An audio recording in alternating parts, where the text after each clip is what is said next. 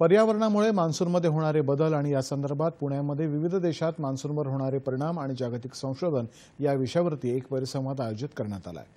आशिया खंडातल्या काही देशांमध्ये हवेमध्ये अमोनिया आणि नायट्रेटचं प्रमाण दिसून येत आहे आणि याचा मान्सूनवरती होणारा परिणाम याबाबतही या परिसंवादामध्ये चर्चा होणार आहे।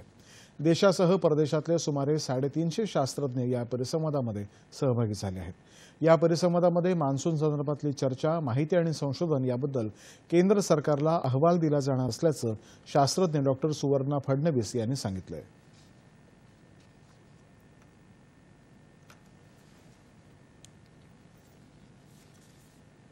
या वर्कशॉपचे हायलाइट्स असे आहे की इथे discussion and latest research on monsoon extreme जे आपण आता एक्सपिरियन्स करतो की sudden heat wave, sudden rainfall होऊन राहिले त्याचं, आणि रिसर्च ऑन स्ट्रॅटोस्फिअर म्हणजे upper level of atmosphere and in the troposphere means खालचा लेवल ऑफ ॲटमॉस्फिअर यांचं जे इंटरॅक्शन होतं या दोघांचं काय कनेक्शन आहे आणि यामुळे आपल्या मॉन्सून एक्स्ट्रीमवर काही परिणाम होतो का, आणि याचा जो रिसर्च केला जातो तो आपण मॉडेलमध्ये टाकून मॉन्सून प्रेडिक्शन हे जे एक्स्ट्रीम इव्हेंट्स होतात त्याची इम्प्रूव्हमेंट आपण काही करू शकतो का, याच्या रिलेटेड जो रिसर्च आहे, संशोधन आहे, याच्यावर भरपूर डिस्कशन्स होतील, नवीन रिसर्च पेपर प्रेझेंट केल्या जातील।